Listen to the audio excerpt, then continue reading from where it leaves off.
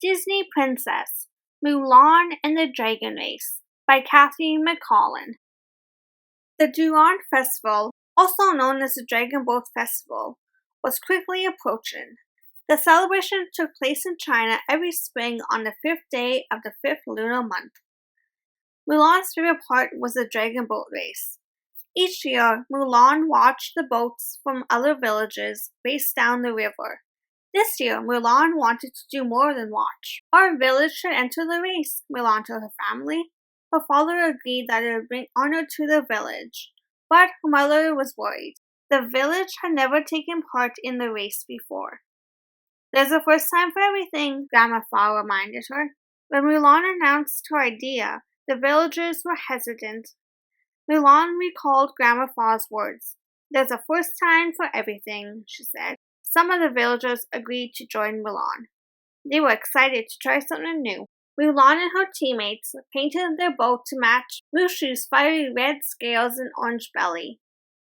It does sort of look like me, Mushu said, but it's not quite as handsome. Training began the next day. The team needed a drummer to keep the beat for the rowers, so Mushu volunteered. I've had lots of practice with banging a gong all these years, he said. Mushu began drumming a wild, uneven beat. Paddles clanked, the boat rocked. One rower fell into the water. After the crew pulled their teammate back into the boat, Mulan showed Mushu how to keep a steady rhythm for the rowers to follow. She clapped her hands. 1, 2, 3. Listening to the beat, the team arched their paddles through the air. Soon they were paddling in unison. Mulan was the team's sweep.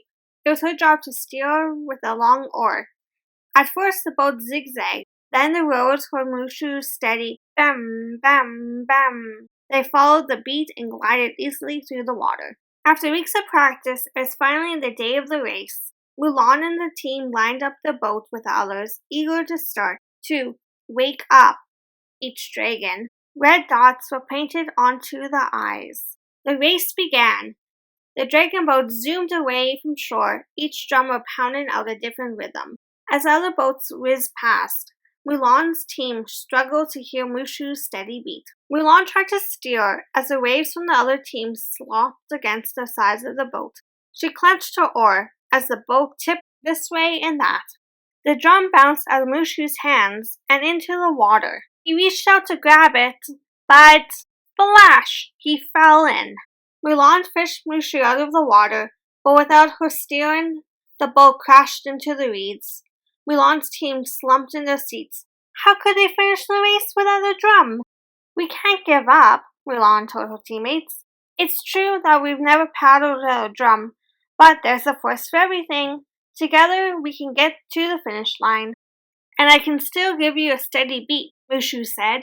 He clapped his hands. Clap, clap, clap.